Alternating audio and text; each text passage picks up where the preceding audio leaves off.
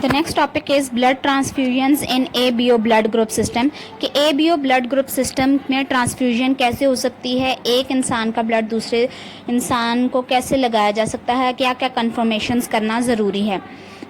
Blood transfusion एक ऐसा process है जिसमें हम ब्लड या ब्लड बेस्ड प्रोडक्ट्स को एक इंसान के सर्कुलेटरी सिस्टम से दूसरे इंसान के सर्कुलेटरी सिस्टम में ट्रांसफ़र करवाते हैं। ब्लड ट्रांसफ्यूजन लाइफ सेविंग भी है बहुत सारी सिचुएशंस में, जैसे किसी इंसान का किसी इंजरी से बहुत ज़्यादा ब्लड लॉस हो जाए या तो इस सर्जरी के दौरान जो है वो उसका ब्लड लॉस हो जाए तो हम उसको दूसरे इंसान का ब्लड देकर उसकी लाइफ को सेव कर सकते हैं।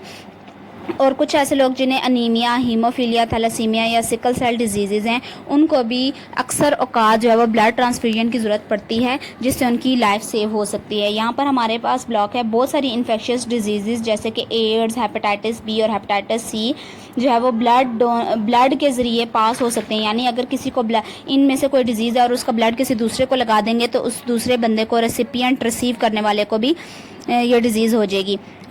इसलिए ब्लड ट्रांसफ्यूजन से पहले डोनर का ब्लड जो दे रहा है उसको चेक कर लेना चाहिए कि उसमें किसी किस्म का जाम तो मौजूद नहीं है।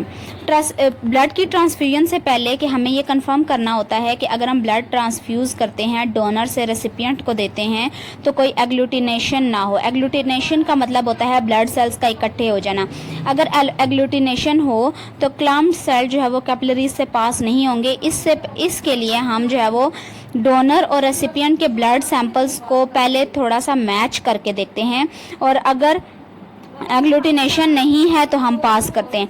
एंटीबॉडी जो रेसिपिएंट ब्लड की है वो डिस्ट्रॉय कर सकती हैं एंटीजन कंटेनिंग आरबीसीज डोनर को, यानी जो रेसिपिएंट है उसकी एंटीबॉडी जो है वो डोनर की एंटीबॉडीज़ को डैमेज कर देंगे और इससे एग्लूटिनेशन हो जाएगी। तो हमें ये देखना होगा कि दोनों की एंटीबॉडीज़ और एंटीजन सेम हो, यानी ए ब्लड ग्रुप ए को ही दिया जाए, बी को ही दिया जाए, ए बी को ही दिया जाए, ओ को भी दिया जाए। इसके अलावा और भी हमारे पास पॉसिबिलिटीज़ हैं ब्लड को ट्रांसफ्यूज़ करने के लिए।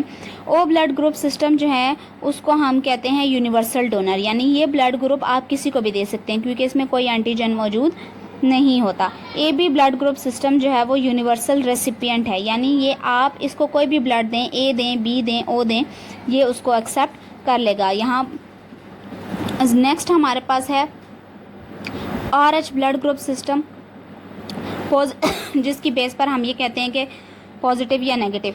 1930 में कार्ल लैंडस्टीनर ने डिस्कवर किया RH ब्लड ग्रुप सिस्टम को। इस ग्रुप सिस्टम में दो ग्रुप्स होते हैं, RH पॉजिटिव और RH नेगेटिव। ये ब्लड ग्रुप डिस्टिंक्ट होते हैं on the basis of the presence of antigen called RH factor. ठीक है, जिसमें RH फैक्टर मौजूद होगा वो ब्लड ग्रुप पॉजिटिव होगा और जिसमें RH फैक्टर मौजूद नहीं होगा वो ब्लड ग्रुप जो है वो नेगेटिव होगा।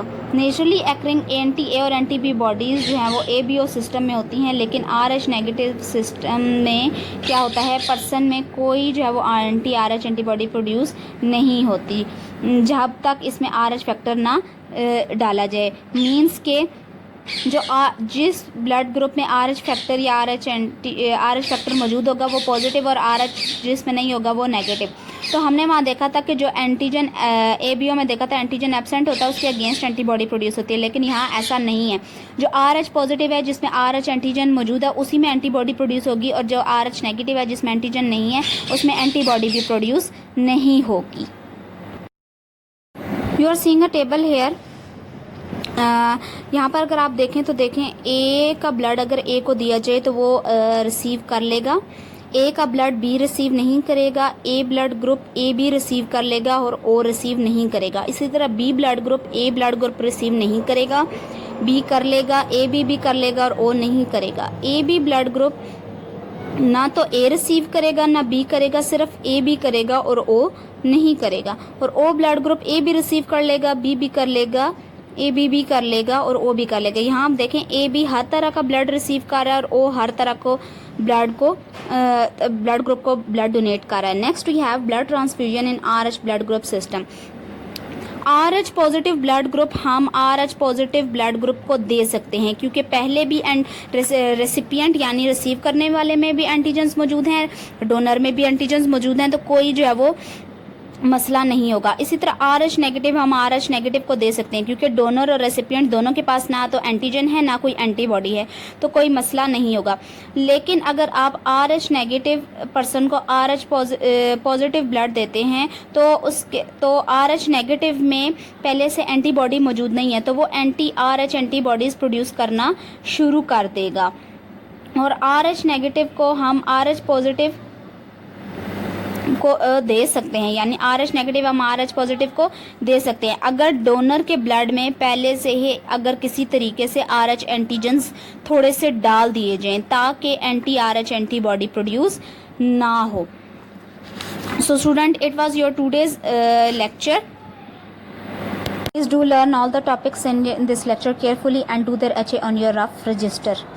Today we studied blood group system and blood transfusion system. I hope I cleared your all the points and concepts, but if you find any difficulty or ambiguity in this lecture, you can ask me freely in the privacy removal time.